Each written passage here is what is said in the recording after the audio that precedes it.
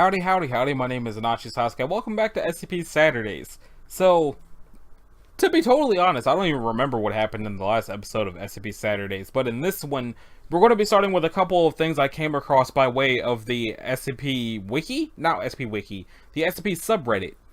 One of the things was, I found out there was a side story in the Succubus Girl that I had completely missed, so I'm going to start with that one. Also, SCP-49 has been updated, so I'm going to be covering that as well.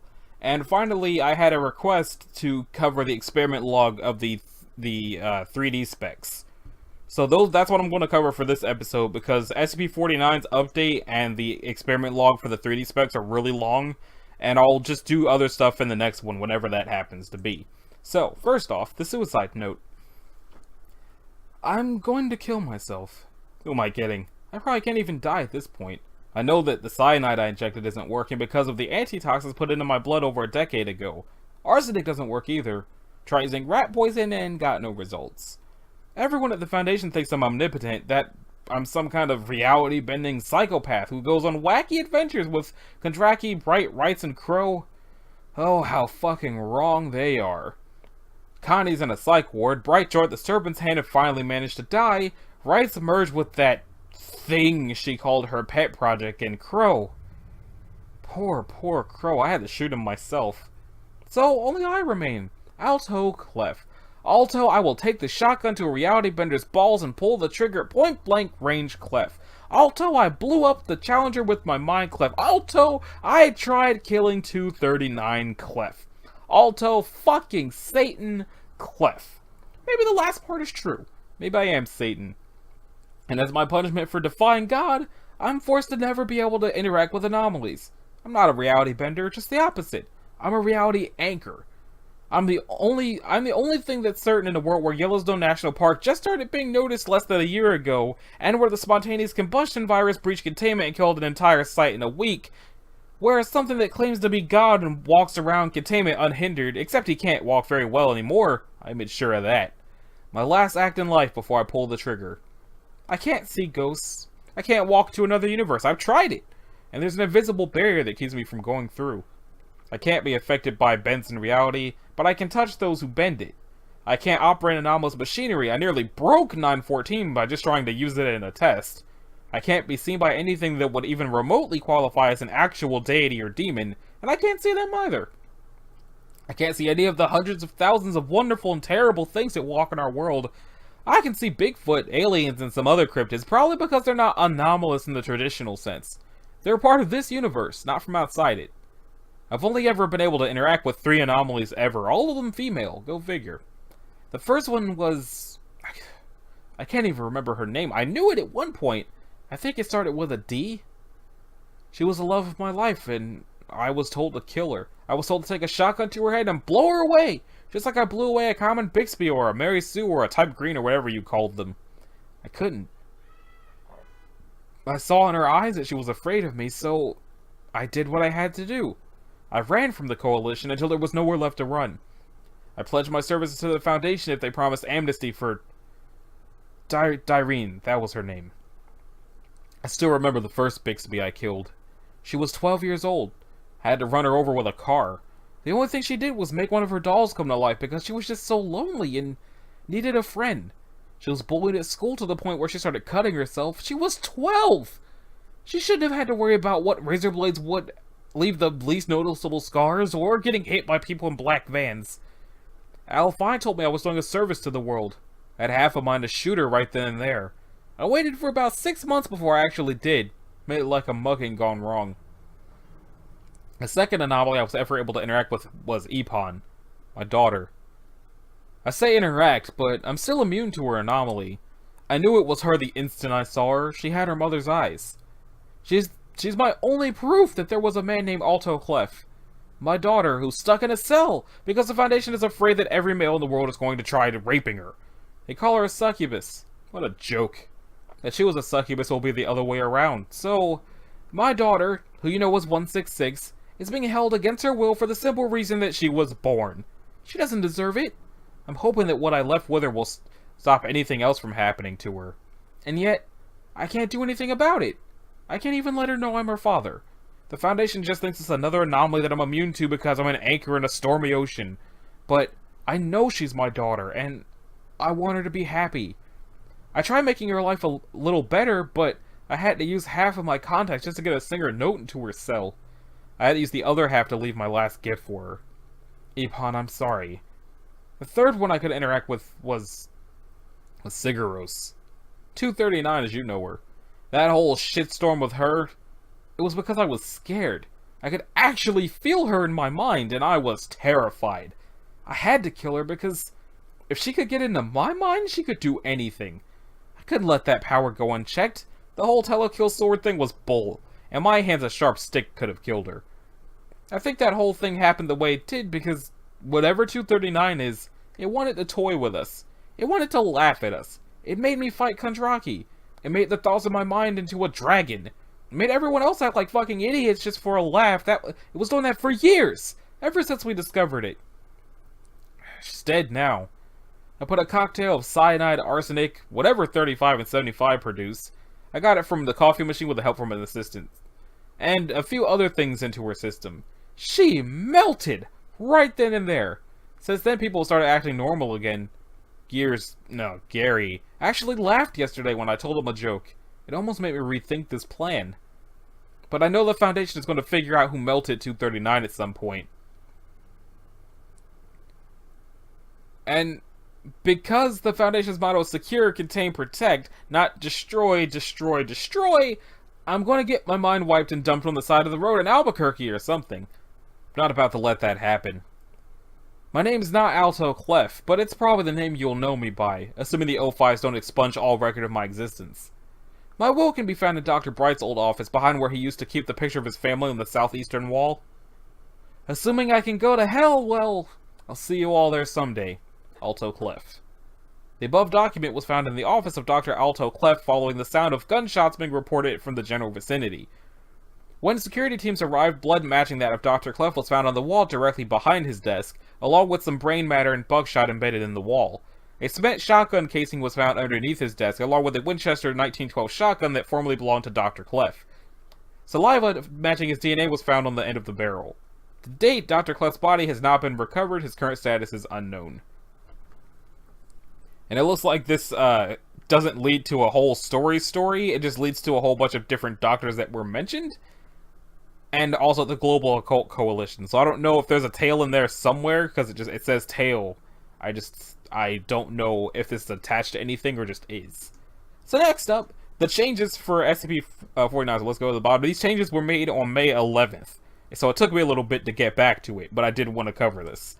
So, let's see what they did. For one, the entry used to be a lot shorter than this, I know that. SCP-49 is contained within a standard secure humanoid containment cell in Research Sector 2 at Site-19. 49 must be sedated before any attempts to transport it. During transport, it must be secured within a Class 3 humanoid restriction harness, including a locking collar and extension restraints, and monitored by no fewer than 2 armed guards. While 49 is generally cooperative with most Foundation personnel, outbursts or sudden changes in behavior are to be met with elevated force. Under no circumstances should any personnel come into direct contact with 49 during these outbursts. In the event 49 becomes aggressive, the application of lavender, L. multifida, has been shown to produce a calming effect on the entity. Once calmed, 49 generally becomes compliant and will return to containment with little resistance. In order to facilitate the ongoing containment of 49, the entity is to be provided with the corpse of a recently deceased animal, typically a bovine or other large mammal, once every 2 weeks for study. Corpses that become instances of 49-2 are to be removed from 49's containment cell and incinerated. 49 is no longer permitted to interact with human subjects, and requests for human subjects are to be denied. Temporary Containment Procedure Update. See Addendum 49.3. Per Containment Committee Order 049.S19.17.1, 49 is no longer permitted to interact directly with any members of Foundation staff, nor is it to be provided with any additional corpses to be used in its surgeries. This order shall persist indefinitely until such a time a consensus regarding the ongoing containment of 49 can be reached. Description: SCP-49 is a humanoid entity roughly 1.9 meters in height, which bears the appearance of a medieval plague doctor. While SCP-49 appears to be wearing the thick robes and the ceramic mask indicative of that profession, the garments instead seem to have grown out of 49's body over time, which says, the robes and gloves are identical to a thick hide built up on the skin, while the mask is composed of a kind of chitin growing out of the bones of the face, and are now nearly indistinguishable from whatever form is beneath them. X-rays indicate that despite this, 49 does have a humanoid skeletal structure beneath its outer layer. Okay, so I think that's probably already a change right there, for one, considering where this comma is. And also, I'm pretty sure that it didn't used to be this creature. 49 is capable of speech in a variety of languages, though tends to prefer French or medieval French, or English and medieval French. The entity claims to have originated in 15th century France, though admits that it is particularly well-traveled. While 49 is generally cordial and cooperative with Foundation staff, it can become especially irritated or at times outright aggressive if it feels that it is in the presence of what it calls the pestilence. Although the exact nature of this pestilence is currently unknown to Foundation researchers, it does seem to be an issue of immense concern to 49. 49 will become hostile with individuals it sees as being affected by the pestilence, often having to be restrained should it encounter such. If left unchecked, 49 will generally attempt to kill any such individual. It is capable of causing all biological functions of an organism to cease through direct skin contact. How this occurs is currently unknown, and autopsies of 49's victims have invariably been inconclusive. 49 has expressed frustration or remorse after these killings, indicating that they have done little to kill the pestilence, though they will usually seek to then perform a crude surgery on the corpse using the implements contained within a black doctor's bag it carries on its person at all times, which says, the space within this bag is seemingly anomalously large, as 49 has been observed pulling objects larger than the bag itself from within it in order to operate on deceased subjects. While these surgeries are not always successful, they often result in the creation of instances of two. Two instances are reanimated corpses that have been operated on by 49. These instances do not seem to retain any of their prior memories or mental functions, having only basic motor skills and response mechanisms. While these instances are generally inactive, moving very little in a generally ambulatory fashion, they can become extremely aggressive if provoked or if directed to by 49. Two instances express active biological functions, though these are vastly different from currently understood human physiology. Despite these alterations, 49 often remarks that the subjects have been cured. Addendum 49.1 Discovery. 49 was discovered during the investigation of a series of unknown disappearances in the town of Montauban in southern France. During a raid on a local home, investigators found several instances of 2, as well as 49. While law enforcement personnel engaged the hostile 2 instances, 49 was noted as watching the engagement and taking notes in his journal. After all of the 2 instances were dispatched, 49 willingly entered Foundation custody. The following interview was conducted by Dr. Raymond Ham during the initial investigation. I could read it, but since they went through all the trouble of recording it, I'm just going to play that, and because of that, this episode won't have background music. It's just simpler to not. Alors, comment devrions-nous commencer une introduction? Is that French? Can we get a translator? The King's English. No need for translation, sir. I can speak it well enough. Good. My name is Dr. Raymond Ham, and I... Ah, a doctor. A like-minded individual, no doubt. Wherein is your speciality, sir? Cryptobiology. Why? A medical man, such as myself. Wonders abound. And here, I worried I had been abducted by common street thugs. This place, then, this is your laboratory. I had wondered, as clean as it is, and with such little trace of the pestilence here. The pestilence? What do you mean? The scourge. The great dying. Come now, you know what is it they call it? No matter. The pestilence, yes. It abounds outside these walls, you know. So many have succumbed, and many more will continue to, until such time as a perfect cure can be developed. Fortunately, I am very close. It is my duty in life to rid the world of it, you see. The cure to end all cures. When you say the great dying, are you talking about the bubonic plague? I don't know what that is. I see. Right, well, the entities our agents encountered at the house, they were dead when you encountered them, yes? You reanimated them. In a manner of speaking, you see things too simply, Doctor. expand your horizons. Life and death, sickness and health. These are amateur terms for amateur physicians. There is only one ailment that exists in the world of men, and that is the pestilence, and nothing else. Make no mistake, they were very ill. All of them. You think you cured those people? Indeed. My cure is most effective. But the things we recovered were not human. Yes, well, it is not a perfect cure, but that will come with time, and further experimentation. I have spent a lifetime developing my methods, Dr. Ham, and will spend a lifetime more, if necessary. Now, we have wasted too much time. There is work to do. I will require a laboratory of my own, one where I can continue my research unimpeded. And assistance, of course, though I can provide those on my own. In time. Oh, I don't think our organization would be willing to... Nonsense. We are all men of science. Fetch your coat and show me to my quarters, Doctor. Our work begins now. Okay, so, interviewer's note. While SCP-49 is capable of communicating in a very human way, there is a strange sense of unease that one experiences when in its presence. Make no mistake, there is something very uncanny about this entity indeed. Additionally, we've confiscated that pointed stick that 49 keeps waving around. Part of this was due to the standard confiscation protocols for the possession of anomalies, and part because 49 really is a menace swinging it around like he does. The entity was displeased at first, but after we made some concessions in providing it with test subjects, which are admittedly more for the benefit of our own research, it warmed up to the idea. Okay, Addendum 49.2, Observation Log. While in containment at Site-19, 49 has spent a considerable amount of time studying and performing surgery on the various mammalian corpses it has been provided. It will routinely spend several days performing surgery and then, regardless of whether or not the corpse becomes an instance of 2, spending several more days documenting its findings in a thick leather journal stored within its doctor's bag. 49 will often seek to share its findings with members of Foundation staff. The following is a log of several occasions during which 49 was observed operating on a mammalian corpse. Observational log 49.0L.1 summary. Subject 49.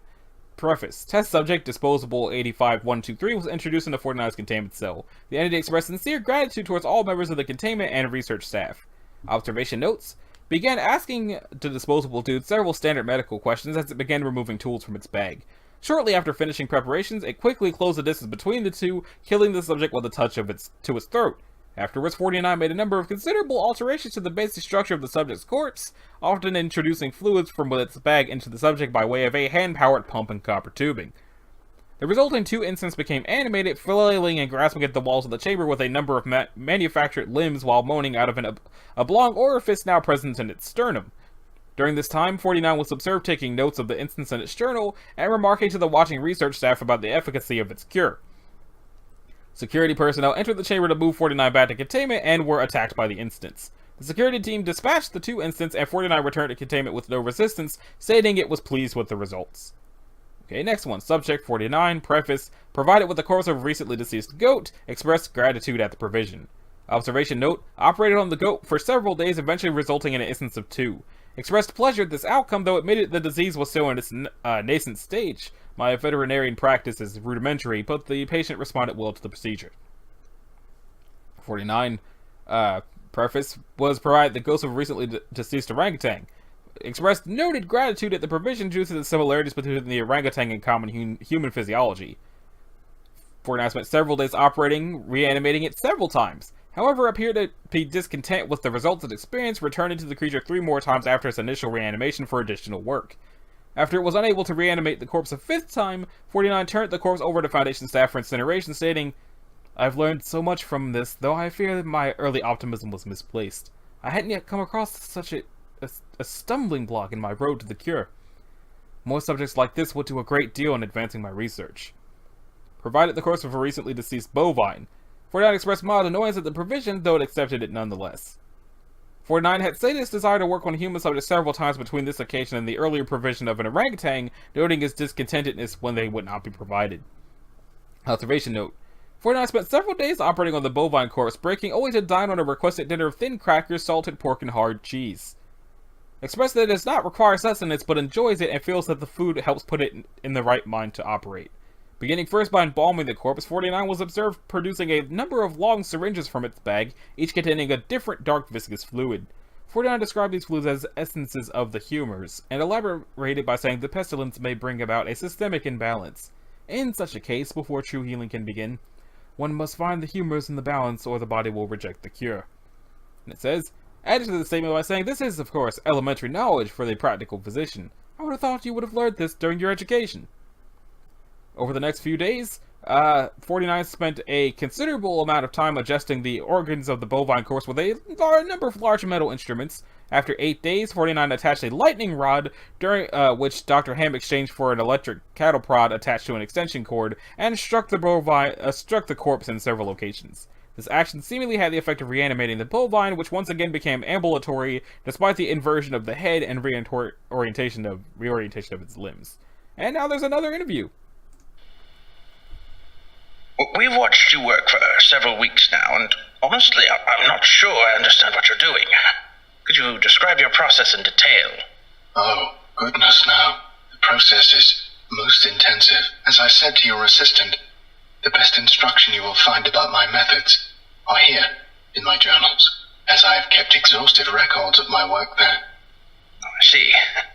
Well, my concern, Doctor, is that we still don't understand what you're seeking to cure, or how it manifests, or how turning these creatures into quasi-living, mindless drones helps in that effort. You do not understand the pestilence, even after all this time. Doctor, it is an unspeakable horror, one that has shown its true face many times before, and will again. I find myself blessed with the wisdom and good senses needed to root it out and destroy it. But many, like yourself, cannot. It is a cruel judgment, I fear, to be at the mercy of a disease you cannot fully comprehend. That still doesn't answer my question. How's your cure any kind of cure at all? It is a cure. You may laugh at my efforts if you please, but do not besmirch the good name of scientific progress that has developed this great mercy. What you short-sightedly see here is a life better than any this creature could have hoped for. Stricken as it was with the pestilence, this creature is now clean, unable to spread the pestilence, and free from the terror it would have experienced otherwise. This is hardly a creature at all, Doctor. It's not even... Do not jape with me, sir. You and your colleagues are like so many others, unable to look past minor setbacks to see the salvation taking place before your very eyes. Do you wait to remove rotten timbers until the whole collapses on top of you? No. You find them and you pull them out and replace them with those untouched by rot. And most of all, you do not simply mock the structure because it now looks different to you. It is strong. It is free of disease. I'm sorry. Didn't mean to agitate you. I'm just trying to understand. Yes. Well, do mind your words in the future, Doctor. I am a professional, but even professionals may feel the bite of pride in dealing with criticism of their masterpiece. I will forgive this as an act of good faith between colleagues. Is there anything else I can help you with? No, that will be all. Another test subject on the usual schedule. You know my preference of subjects with more human anatomies.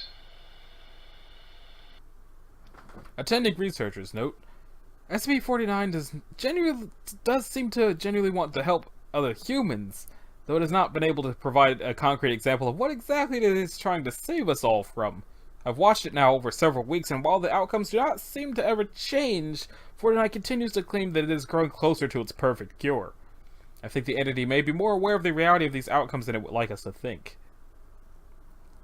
Addendum 49.3. the April 16, 2017 incident. Starting shortly after 49's initial containment, Dr. Ham conducted a number of interviews with the subject regarding its anomalous properties, and over time began to notice displeasure with its subjects and the two instances. This continued for a period of several months, during which 49 never exhibited any aggressive behaviors. On April 16, 2017, as Dr. Ham was entering 49's test chamber to conduct another routine interview, the entity began to grow anxious and asked Dr. Ham if he was feeling well. Following protocol, Dr. Ham reminded 49 that the interview was required, after which the entity became hostile and attacked Dr. Ham, killing him. Due to a lapse in security protocol because Dr. Ham did not activate the in-chamber emergency system, his corpse was not discovered until 3 hours later, by which point 49 had converted it into an instance of 2. In the aftermath of this incident, 49 was interviewed by Dr. Theron Sherman. I need you to explain yourself.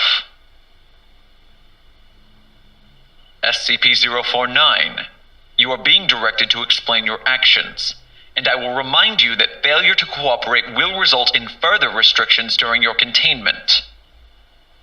My actions do not need to be explained. You killed Raymond Ham, and then butchered him until he... Not dead. No, not dead. He is cured. Cured? Cured of what? The pestilence, sir. I had thought you, at least, would realize what luck it is. I detected it before. What pestilence? You keep going on and on about this pestilence, but you have not once been able to properly identify this disease. What could you have possibly seen in him today that you had not seen so many times before, that it would be worth his life? The pestilence presents and progresses in unforeseeable fashions, and has a queer way of creeping into the unprepared. And call it what you want, Doctor. It was a mercy I did to him. He is cured. He is a vegetable. I would not expect you to understand. You and your ilk have proven time and time again not to be men of science, but men of emotion. You cannot appreciate the horrors I have seen. Those many millions who have succumbed to the pestilence and been changed. Your cure cost Ray his life. No, good sir. I have saved it. You would allow this world to slip back into the despair of disease and death, ignoring that I have created a miracle. And what disease? What pestilence? He was a healthy man. He was a good doctor. I'm offering it freely to the afflicted. You are not worth this argument, sir. You are short-sighted and foolish. Dr. Ham was sick, and I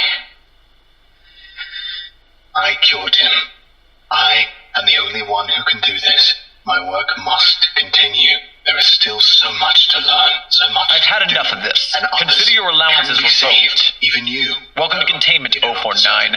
Might be saved. We're done here. I can save them all. I can cast down this plague once and for all. I can do this. Only me. I saved him. Dr. Ham. I cured him. He was sick. I know he was sick. I know he was. And you are all sick, but I can save you. I can save all of you, because I am the cure. Addendum 049.4, Post-Incident Report Interview. The following interview is an excerpt from the 4/16/17/49 Incident Report. The interview was conducted by Dr. Elijah Itkin and took place 3 weeks after the start of the initial investigation. SCP-049, we are conducting this interview to close out our investigation of your actions taken on April 16th that resulted in the death of a staff member. Do you have any comments to make? Only that I look forward to the day when you will allow me to resume my work. I have spent the last few weeks compiling my notes and constructing a new theory for how the pestilence was able to infect someone in such an insidious manner that I nearly couldn't detect it. Have you experienced any remorse for your actions? for the death of Dr. Ham? Ah, yes. Well, the death of a colleague is always regrettable.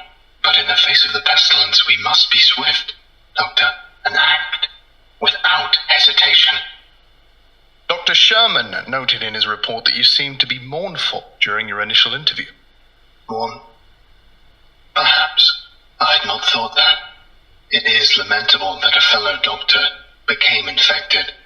But the work continues. Regrettable as it was, Dr. Ham's death provided important insight. Living human subjects are the only way to proceed forward, I am decided. My cure is of little use on dead flesh, and I have gleaned all I can from your generous supply of corpses. My desires turn towards tending to those still living who suffer from the disease. I'm afraid you're going to be disappointed. Oh, Doctor, I wouldn't be so sure. Okay, so it looks like that's the end of it, but it also sounds like he probably killed that guy. And, there was a 7th footnote that I didn't click on. It says, notably, 49's journals are not written in any known language, and attempts by linguists and codebreakers to decipher them have been unsuccessful. Okay, so, they added a whole lot of stuff to this entry, and I'm glad that I went back to it, but I also can't help but wonder why they felt the need to do this. And if there are any other SCPs they're going to do this to that don't necessarily need it, but also aren't really like it's cool that they got it even if it wasn't necessary. So these are the experiment logs for the X-ray specs, I believe. So, experiment 1, Dr. Blank with Dr. Blank and Dr. Blank assisting. Date, blankety blank 19-something. Procedure, disposable dude is to be placed in a secure test chamber containing 178. The test chamber is to be observed via a bulletproof glass window to adjacent control room and via audio and video recording devices. Disposable dude will be instructed to wear 178 and report what it observes until told otherwise. Results? Disposable 17831, male, 41 with no discernible mental abnormalities, is placed in the chamber and told to wear 178. They are not told what it does.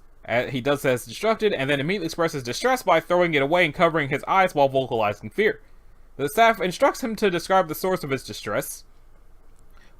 He's unresponsive. Research attempts to calm him down. He responds by uncovering his face and looking around, appearing to still be distressed. The research staff instructs the subject once again to describe the source of his distress. He responds by stating the presence of an unfamiliar entity in close proximity to its face the moment it wore 178. Staff instructs subject to describe the entity in detail. He responds by stating it was hideous and had too many eyes. The staff instructs him to describe the entity in greater detail. He states it did not manage to perceive. He did not perceive many details before removing the glasses. They instruct him to wear 178. He is uncooperative. They repeat, he's uncooperative. They threaten with termination unless he cooperates. He is uncooperative. Testing is ended, and he is placed under surveillance to test for long-lasting symptoms of exposure.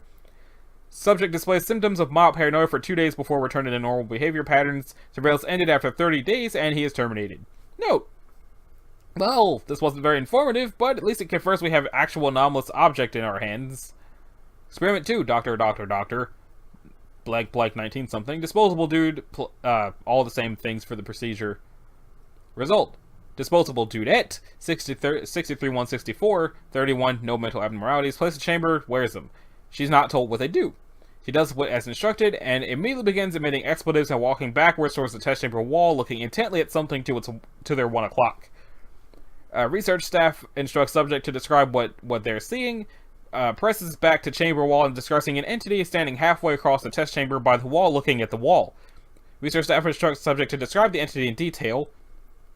She states the entity is bipedal, possessing 2 additional upper appendages ending in large conical protrusions and a smooth head. Research staff instructs the subject to provide additional details. Then it begins describing the entity and suddenly expresses distress, stating, "Oh God, it's looking right at me!" Collapses against the test chamber wall, still staring in the same direction. Research staff inquires as to whether the entity is exhibiting hostility or not. So it states that it's not moving, but looking at it. Instructed to remove 178, refuses, stating that it does not trust the entity. Reminded that uncooperative behavior will result in termination, removes 178 and begins looking around the test chamber in distress, stating they can no longer see the entity. Subject instructed to wear 178. They comply and say that the entity is still looking at them. Instructed to report any changes in its behavior. 2 minutes and 37 seconds pass before the subject states the entity is no longer looking at it. Subject states the entity is looking at the wall again. No further changes for 17 minutes and 55 seconds. Test ended. It seems strange that the thing the subject saw was so disinterested given the way the item came into the Foundation's attention. We didn't pick up anything in the recording equipment either. I wonder if the entity is really there or an illusion generated by the item. Doctor, blank 19-something, procedure. D-class subject placed in a secure test chamber containing 178. Test chamber observed via bulletproof glass window, adjacent control room via blah blah blah blah blah. Fractal blue and red images to be placed on one wall of the test chamber, and a plastic bin containing 10 standard tennis balls is to be placed near the opposite wall. Disposable dude will be told that 178 is an experiment in the next generation 3D specs, and that staring at the fractal image while wearing 178 will allow it to see animated three-dimensional images. Disposable dude will then be instructed to wear 178 and report what it observes. In case the subject perceives any entities, it will be instructed to throw a tennis ball at them. Disposable dude 51441, male 27, arson, murder, no discernible mental abnormalities, instructed to stand at the end of the test chamber opposite the fractal image and wear 178. He complies and expresses surprise and discomfort. Instructed to describe what he's seeing, he states that there are 2 entities standing in the room, one, now referred to as Entity 1, next to the fractal image with its back to the subject, and the other, Entity 2, crossing the room from left to right. Subject opines that the person who designed the animation is mentally unbalanced. Subject instructed to describe Entity 2's gait. Subject states that it's using both its legs and upper appendages. Subject equates 2's gait to that of a gorilla if someone put its skeleton together wrong. Research staff inquires whether both entities are similar. He replies that apart from size, they appear to be generally similar. Subject then proceeds to describe the entities fitting the description of the entity experiment 2. Instructed to pick up one tennis ball and throw it at entity 2. Subject complies. Both the research staff and the audio recording devices observe the ball moving uninterrupted until it hits the floor on the opposite side of the test chamber. Subject expresses surprise and distress, attempting to back away for 0.7 seconds before severe lacerations begin appearing on its body. Appearance of lacerations continue for 4.7 seconds until subject presumably expires from massive bleeding and trauma. Autopsy on expired subject reveals lacerations consistent with being slashed by 3 sharp objects relatively thick and tapering it to a point approximately 17 centimeters in length and 4 centimeters in maximum width. Analysis of ball thrown by subject discovers only trace amounts of human sweat matching disposable 51441. Notes, holy expletive redacted. It would appear that these things don't like being disturbed. On the other hand, that ball sailed through the air like nothing was there, and with the death of the subject, we cannot know if it indeed passed where the entity was or not. This is still far from conclusive, but the pattern of laceration matches the findings at the item's recovery site, so at least we've established beyond a doubt that it is dangerous. It's interesting to note that so far the entities are pretty consistent in appearance despite variance in between test subjects. I wonder if any non-violent interaction between the subject and the entities is possible. Experiment 4, Doctor, blank 19-something. They were told the same thing as the last person. This time, female, 84-291, 19, no discernible mental abnormalities, told to stand near the wall where the subject complies and immediately expresses revulsion. Instructed to describe what she perceives, describes one entity similar to those previously reported standing approximately 2 meters and looking at her. She is instructed to attempt to speak to it. Subject appears confused as to why she would attempt to speak to an animated image. Research staff repeats instruction, expresses irritation, says, "Hello, weird thing, how are you today?" in a bored manner. Lacerations began appearing on the subject's torso and abdomen 0.2 seconds after it finished speaking. Right arm severed above the elbow after 2.4 seconds. Laceration and subject vocalization stops after 8.4 seconds when subject presumably expires. Autopsy on expired subject reveals the same kind of lacerations, indicating sharp objects approximately 21 centimeters in length and 5 centimeters in width. I guess that means we can assume that any attempt to interact with the entities ends in hostility. And nothing on any of the sensors either. We're establishing a pattern here, but the main question is whether the death of the subject is caused by the item or the external entities. I wonder if subjects not wearing the item can be affected by it. Doctor, blank 19-something. 2 disposable dudes are put into the room. They have general knowledge of the properties of 178. Subject 1 will be instructed to wear it and will describe to the other, designated Subject 2, the location and appearance of the perceived entities in the chamber. 2 will then attempt to interact with the entities. Subject 1, a female 35 with 3 counts of murder, GBH, no discernible mental abnormality. I don't know what GBH is as far as crime goes. Unless it's drug use, I don't know. Subject 2, 57-321, female, 27, no discernible mental abnormalities, placed in the test chamber. Subject 1, told to wear the glasses, expresses dislike for research staff. 2, concurs. Research staff reminds both subjects that uncooperative behavior is grounds for termination. 1 wears 178, begins emitting expletives. 2 expresses distress and inquires as to the reason for 1's consternation. 1 says, "There's one right behind you." 2 turns around and says that it cannot see anything unusual. Research staff calms both subjects by assuring them that the perceived entities are harmless and instructs 1 to assist 2 in making contact with the entities. 1 states that there is an entity about a foot in front of her and that the entity's head is about 2 feet taller than her. 2 inquires whether the entity is looking at it. 1 replies in the affirmative. 2 attempts to calm itself and proceeds to look where it considers the entity's head to be and says, hi there! Lacerations immediately begin appearing on the torso and face for 0.9 seconds before the subject's neck is severed. 1 vocalizes acute distress and runs toward the test chamber door. 1 attempts to bludgeon the door open unsuccessfully for 5 seconds before turning around and saying, presumably to a perceived entity, "No! Get away!" 1 begins suffering lacerations across the abdomen and torso. Movement, laceration, and vocalization cease simultaneously after 17.3 seconds. Autopsy on the dead folk reveal 2 different laceration patterns. The relatively few lacerations suffered by 2 are consistent with lacerations caused by 3 sharp objects approximately 27 centimeters in length and 8 centimeters in maximum width, while the many lacerations suffered by 1 are consistent with lacerations caused by 3 sharp objects approximately 14 centimeters in length and 3 centimeters in width. Note, we still don't know whether the entities are actually there or are illusions caused by 178, but now we know they can affect more than the wearer. This means that this object is potentially much more dangerous than we initially surmised. Interestingly enough, the 2 subjects showed different laceration patterns as though they were inflicted by different entities. A shame we didn't ask subject 1 about the number of entities in the room. We'll do better next time.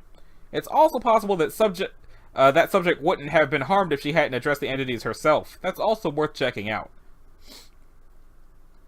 Doctor, blank, 19-something. 2 disposable dudes in the room. They are told what it does. Subject 1 and 2, the blah blah, same test. Results. Subject 1, male 44, no discernible, 2, male, no 52, placed in the test chamber. 1 instructed to wear the glasses, uncooperative. Instructed again, uncooperative. Subject 2 urges 1 to cooperate for fear of punitive measures. 1 wears 178 and expresses surprise and disgust. Staff inquires as to the number of entities. Subject states, "They're expletive deleted everywhere, Doc. There's 9 of them here with us." 1 then turns to look at the bulletproof glass window separating the test chamber from the control room and states, "And there's 3 in there with you! Look, there's 1 leaning right over your data. Expunge the incident report 178-14 Alpha for more information."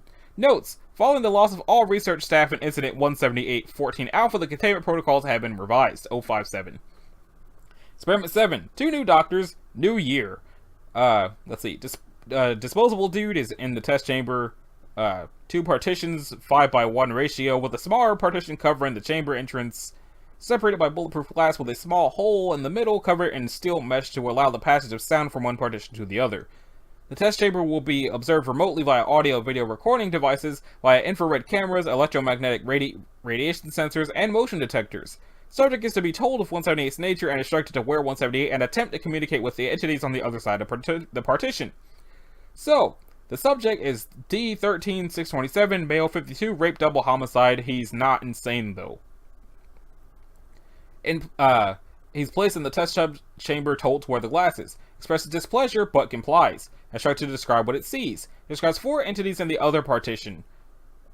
He says they look docile, 2 of them jabbing the walls and the other 2 looking at it through the glass.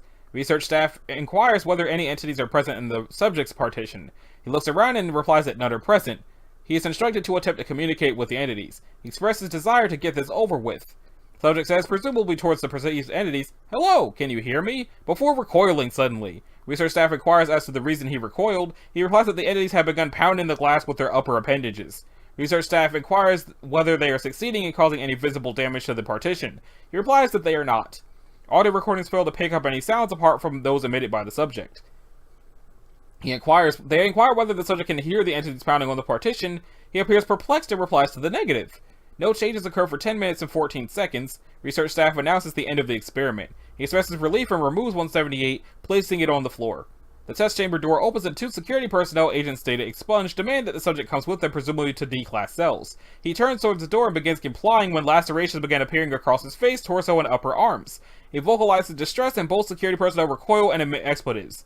Agent Redacted radios a containment breach. Agent Redacted begins firing his weapon into the chamber, hitting and killing the subject after 2.1 seconds of being lacerated. Containment teams are mobilized to the testing chamber area and the sector goes into lockdown. Searches are concluded after an hour and 4 minutes without any findings of further incidents and lockdown is lifted. 178 is found where the subject dropped it. Note, expletive redacted. That could have been catastrophic. First time we get to experiment on 178 and the whole sector goes into lockdown. The brats aren't going to be pleased. I think we should come up with some lower risk experiments for the foreseeable future. I guess anywhere that attempts to establish contact with the entities can die even after removing 178. It's interesting to note that Agent Redacted suffered no ill effect despite firing at the entity. I estimate it's because he had only very limited knowledge about the entities observed by those who wear the item. Experiment, Dr. Blank with Blank assisting, blank 2000 something. Disposable dude, blah blah blah, looks like it's the same thing as before. Disposable dudette. 61-286, female, 15 counts of GBH, still don't really know what that means. Maybe some form of homicide? 2 counts of murder, no discernible mental abnormalities. Placed at the test chamber, told to pick it up, hold it up to the camera. Complies, holds it approximately 20 centimeters from the camera. The subject is instructed to hold 178 up to the camera so that it sees through it. The subject inquires as to which lens it should hold it to. Subject instructed to hold the red lens up to the camera. Subject complies. The staff inquires whether the monitor displays anything unusual. Subject replies to the negative. Told to hold the blue lens up. Complies and reports to the negative. Reports that the monitor still does not display anything unusual. Instructed to put down the camera and wear 178. Complies. Vocalize acute distress, stumbling backwards while staring at the monitor. Research staff inquires as to the source of the subject's distress. Reports 3 entities crouched in front of the monitor looking at it. Subject instructed to remove 178. Test ended. Okay, looks like something else was happening. Subject is to be okay. Infrared. The camera is connected to a monitor. Okay, so it looks like they are, yeah, I don't know what the difference was. It would appear that either the item functions similarly to ordinary stereographic sunglasses and requires 2 eyes, or that the effect isn't merely optic. There's a way to test that. Okay. Dr. Blank with Dr. Blank assisting. Date NA proposed blank 2000 something. Procedure: D-class subject placed in a secure test chamber containing 178 and a special mount containing 2 small video cameras simulating a pair of human eyes connected to a monitor that splices both images together in real time to create an image similar to the way stereoscopic sight works. Test chamber observed remotely via audio and video recording devices via infrared cameras, electromagnetic radiation sensors, and motion detectors. Subject is to be instructed to hold 178 up to the camera and report what he sees on the monitor. The camera is set to record. Pending success, the research staff will submit a request to view the recording. Test proposal awaiting approval by personnel with level 4 clearance or above. So let me go back up to the top and see what the rating of this SCP is.